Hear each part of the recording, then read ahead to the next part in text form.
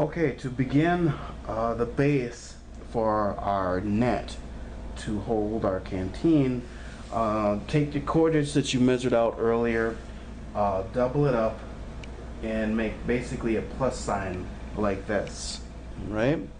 And then what you want to do is take the bottom end or the one that's towards you, and fold it up and to the left of the strand on the left, like so. Be mindful of this space here. This is what we want. We want to keep that. We want to keep that space here. Then take the left end and fold it over to the right, like so. This cordage wants to misbehave, but we'll get it to work. So again, this is the space we want. We want to keep this space open. Now take the one that's on the top here and fold it down towards you, like so. And then this strand on the right, we're going to fold over to the left, but we want to thread it through this hole that we were keeping in mind before. And that should essentially lock everything off. Now what you want to do is take your strands, your strands on each side, and pull them away from the center as evenly as you can. Okay, so we basically made the start of a Chinese good luck knot. There's another piece to this, but this is really all we need. Okay? So we really just want this design, and this is the pattern or the way that the knot will look when it's done. Okay? So I'm going to lay this out, and this is what we got. Go ahead, you can make that tight. Then what I want to do is, and sometimes in making it a square, sometimes you make your ends uneven, but that's the reason why we cut as much as we did, to give us some extra slack as an allowance for mistakes. This is when we'll want to go ahead and cut our ends. All right, and I want to just cut my ends here so that they're all even and they're cut and they're open. And so this is going to be the start or the base of the cage that we're making for our canteen. So next, take your canteen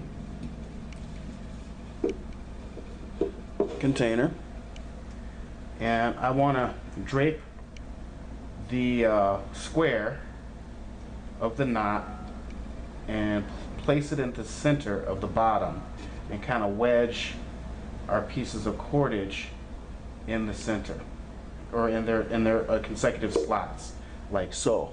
Okay, so this is kind of what you want. All right,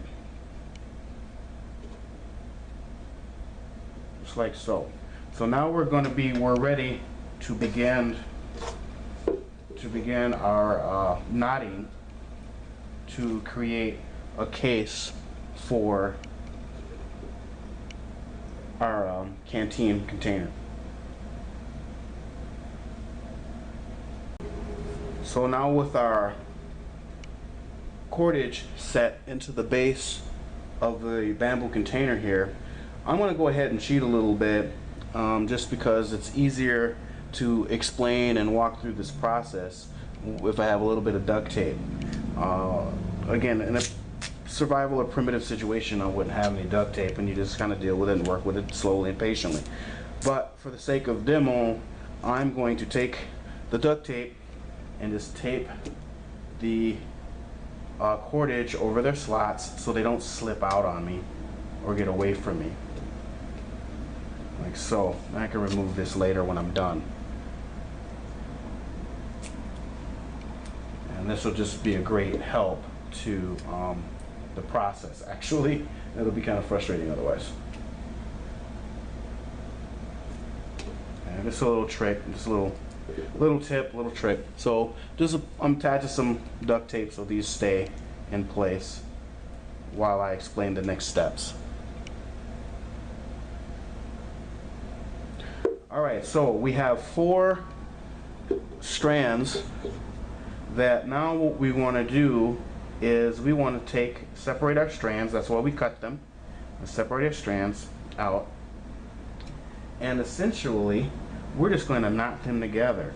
And you can do netting knots if you want to, or how a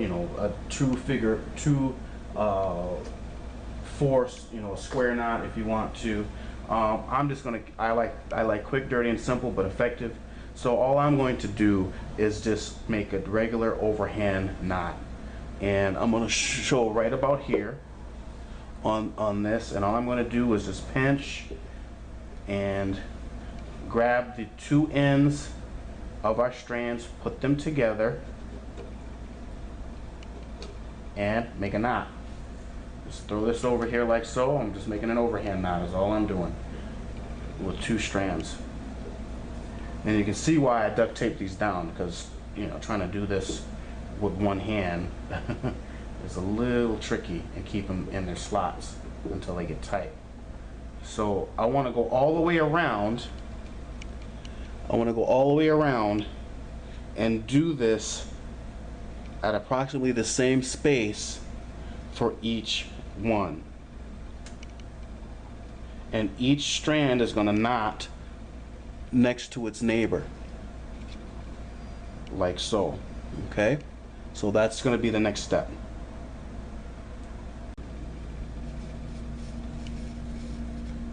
And then with just an overhead knot, I can kind of adjust it as it gets tight to make sure that I'm eyeballing exactly the position of where they're at.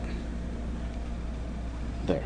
So I've got these pretty much set up almost all the way around, or almost all the way around, like that. Okay?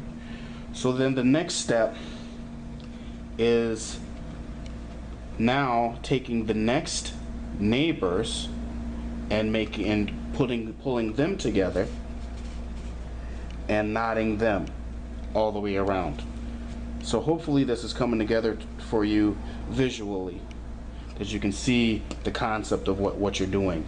And you can make this mesh as small or as large as you want. Okay?